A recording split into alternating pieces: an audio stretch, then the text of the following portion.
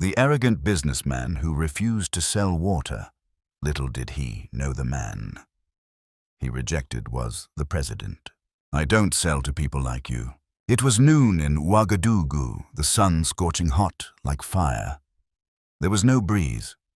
The air was stifling, making people just want to find a shaded corner and a cold bottle of water to ease their dry, dust-covered throats. The small market next to the central bus station was bustling with activity, where students, motorbike drivers, and workers would often stop by to quickly grab a pack of noodles, a bottle of water, or a cheap meal box.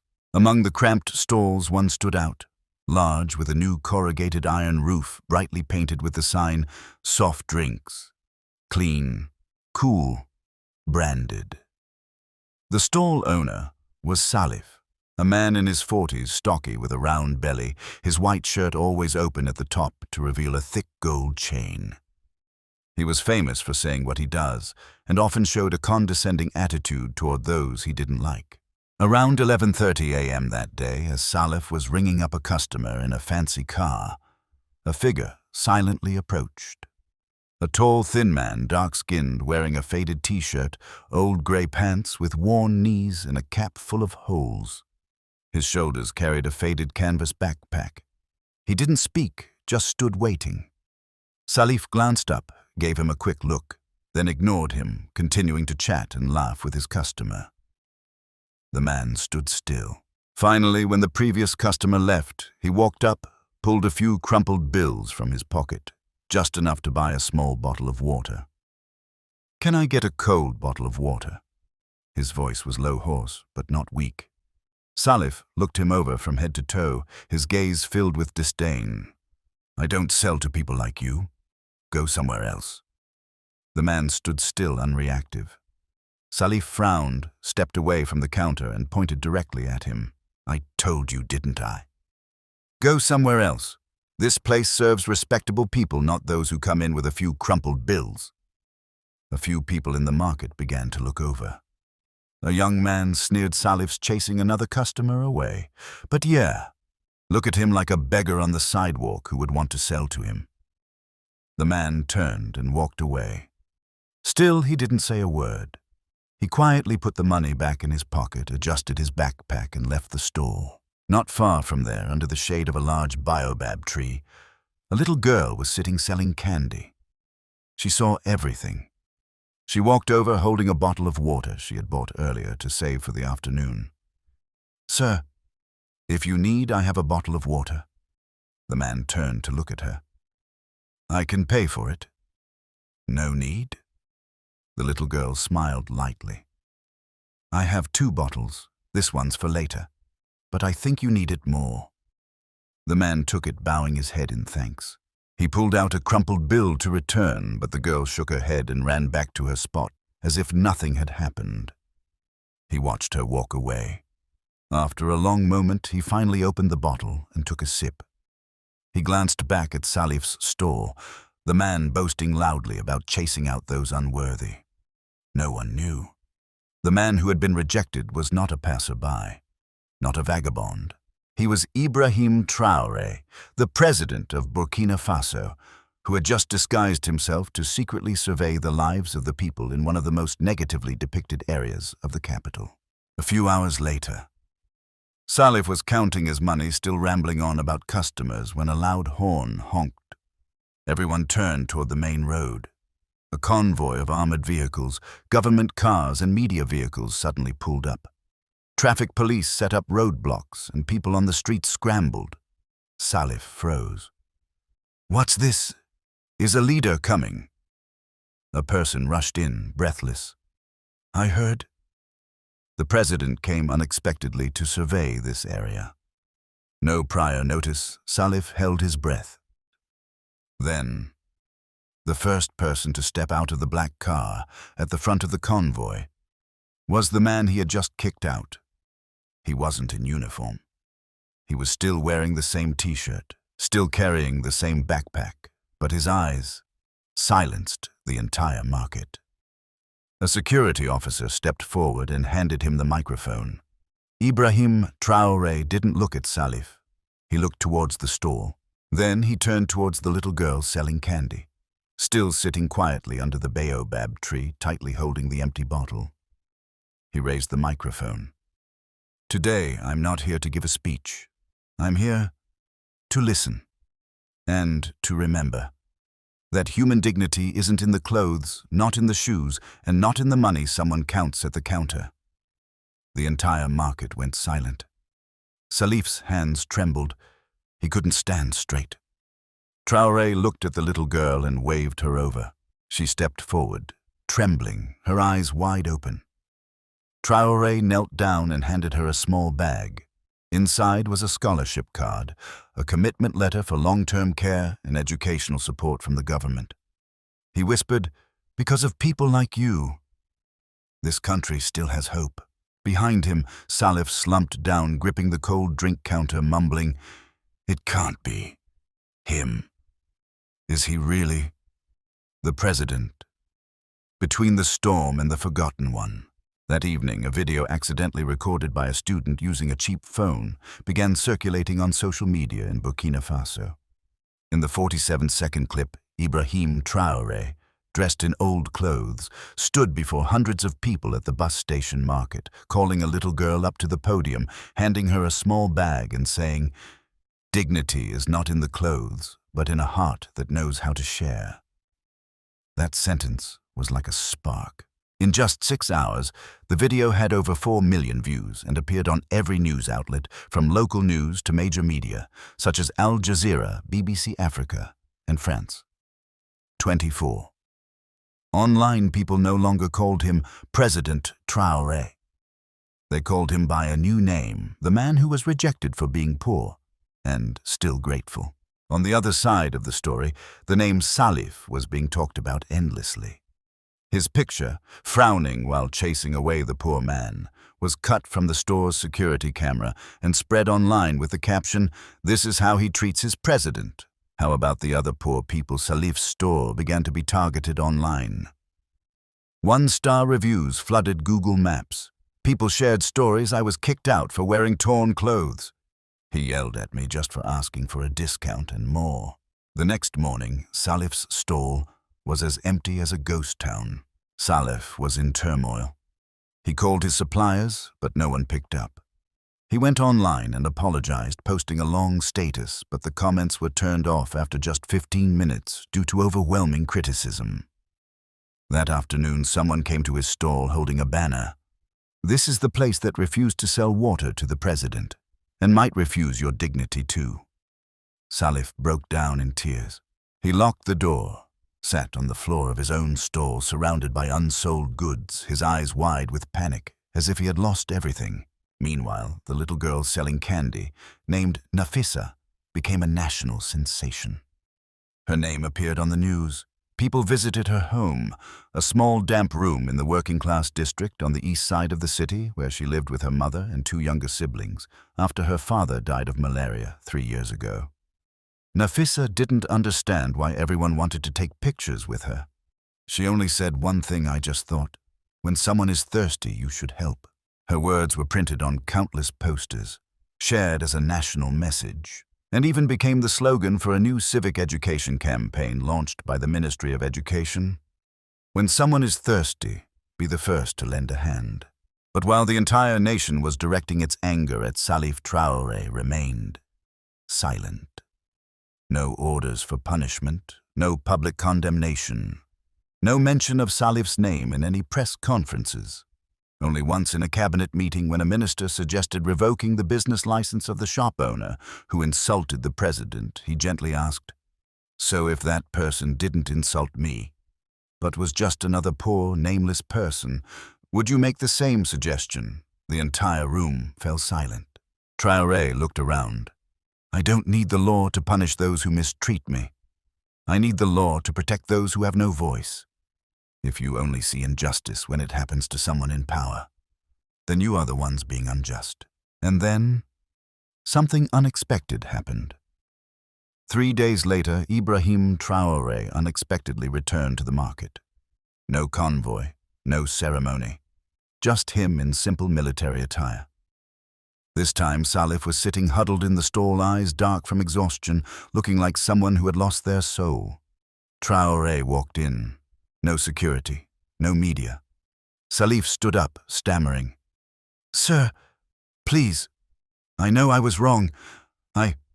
I've lost everything."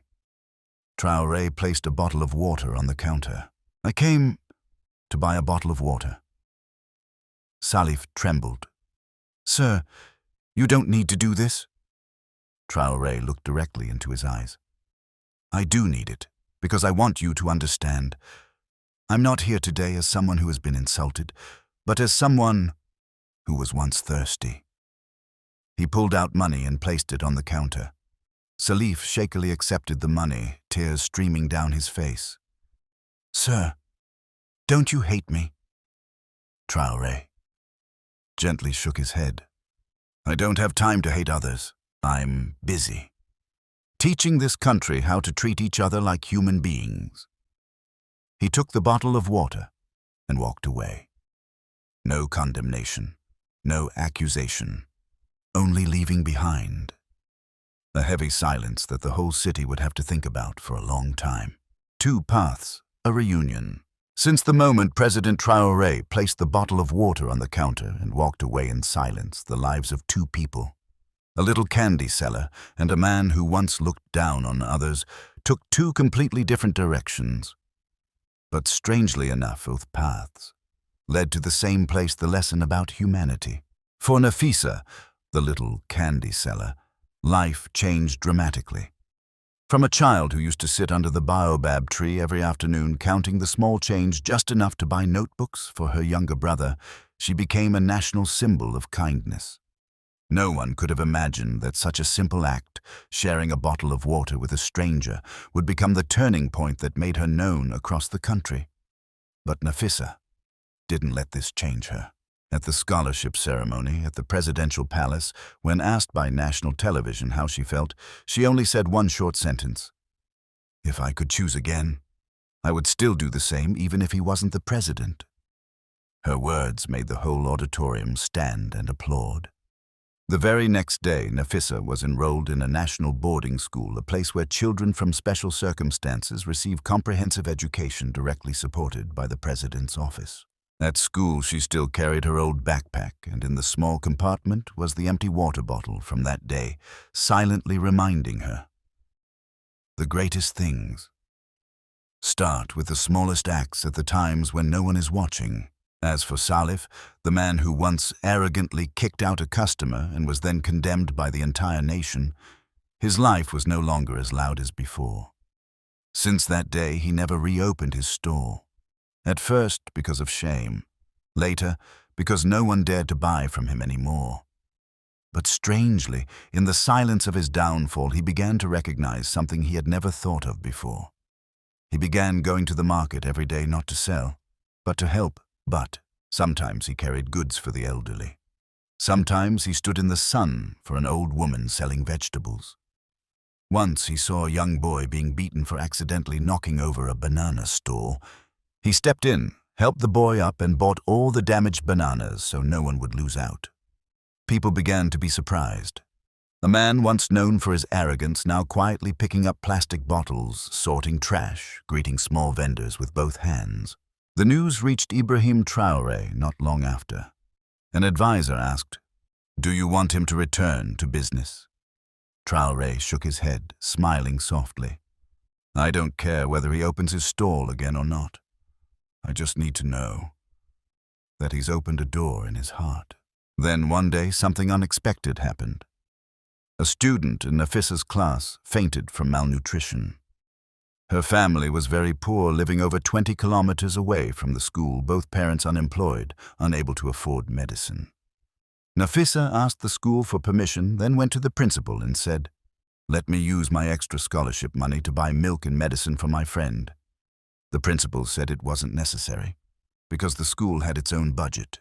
But Nafissa insisted, "I want to learn by giving, not just receiving." This action spread quickly through the school, and it spread to society. Salif, who was then helping to clean at a small restaurant, heard the news from a boy selling lottery tickets. He sat still for a long time. That evening he quietly went to the school where Nafissa was studying, not to do anything, just to see her from afar. Through the fence he saw her playing with friends wearing a neat uniform, her eyes bright as if she had never known the harshness of the world. Salif clenched his hands tightly. Then he walked to the school office and placed an envelope on the desk. Inside was all the small savings he had collected from odd jobs. On the envelope he wrote, "For the children who were once rejected for being poor, let me atone for what I did wrong." No name, no phone number, but the handwriting was trembling and sincere. The next morning the principal told Nafissa about it. She was silent for a moment, then whispered, "I think he's not the same person I met that day." "Why are you so sure?" Nafissa looked out to the yard. "Because the old person wouldn't know how to return with such quietness."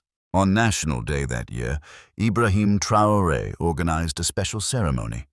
Not inviting politicians, not inviting foreign press. Instead, he invited little girls, street vendors, sanitation workers, motorbike taxi drivers, and even Salif, who came quietly sitting at the back of the room. When asked to speak, Traoré simply said, "Today I'm not telling a story about politics. I'm telling the story of a little girl who gave water to the thirsty, and a man who once refused, now choosing to silently start over." The entire auditorium applauded, but Salif just lowered his head, silently crying, not out of shame anymore, but because at last he understood being forgiven isn't about being forgotten. It's about being allowed to right your wrongs by living differently. A word, repaid. 3 months after National Day, the government of Burkina Faso, in collaboration with several NGOs, organized a series of community education programs titled Meeting Each Other in Our Hearts. A place where those who have caused harm and those who have been harmed can share, listen, and heal together. The program wasn't held in grand theaters or government halls. It took place in village football fields, rural primary schools, and community centers in working-class neighborhoods, where dialogue without barriers was most needed. One weekend, the event was held at the People's Cultural Center in District 4, the very place that used to be the old bus station market and where Salif once had his store. Plastic chairs were arranged in a circle. No stage, no microphone, no titles introduced, only stories. By then, Nafissa had become the youth representative for the program. She now wore a school uniform, her hair neatly tied, her eyes bright, but her smile was still just like the one from that day when she gave a bottle of water to a stranger without knowing who they were. She sat in the middle of the circle, surrounded by workers, vendors, truck drivers, and a thin man in a light-colored shirt with his head bowed low. Nafissa didn't recognize him, but he knew exactly who she was. It was Salif. When it was his turn to share, Salif stood up. His hands were shaking. His voice was hoarse like the wind. "I once had a stall here. I used to think I was the best in this area, because I had money, I had a shop, I had good customers." He paused. His eyes were red. "And then one day I kicked someone out because he was dressed poor, because he looked unworthy of being served. He was the president, but what I regret is not because he was a leader." The room fell silent. Salif took a deep breath. "But because, if he had been just another poor person, I would have done the same awful thing." He bowed his head. "I've apologized with my actions, but today I want to apologize aloud. To the little girl who gave him the bottle of water. Because it was you who taught me something no one had taught me in 40 years of life." Nafissa looked at him. Her gaze wasn't full of hatred, not blame. It was just a calm look deeper than her age. She stood slowly, walked up to him. "I accept your apology." Salif choked up, but what happened next made everyone in the room go still. Nafissa took his hand and said slowly, "I want to give you back a word." Everyone was puzzled. Nafissa looked straight into his eyes. "You once said, 'I don't sell to people like you.' Today I want to say it back in the opposite way. I share with everyone, no matter who they are." A simple sentence, but it made the whole room erupt in silence. No one clapped, no one shouted. There were only quiet sobs, because everyone understood. It was in this moment Salif was truly forgiven. Not by forgetting, but by hearing his own words from long ago, returned by the one he had once looked down upon. From that day, Nafissa was invited to share at many places. But she only chose to speak at primary schools at working-class neighborhoods, and always carried with her an empty bottle of water, the simplest token of the lesson the whole nation had learned. As for Salif, he never reopened his stall, but he set up a small bookstand in front of his house, where anyone could come and read for free. On the small sign he wrote in white chalk, "Here there are no people like you. Here there are only those trying, and everyone deserves kindness." A few months later, when an international journalist asked President Traoré, "What do you think the greatest lesson from this event was?" Traoré answered, "Not every president needs to be respected, but ordinary people do. If you're only kind to people with titles, then you're living with calculation. But if you're kind to everyone, including the poor, then you're living with your soul."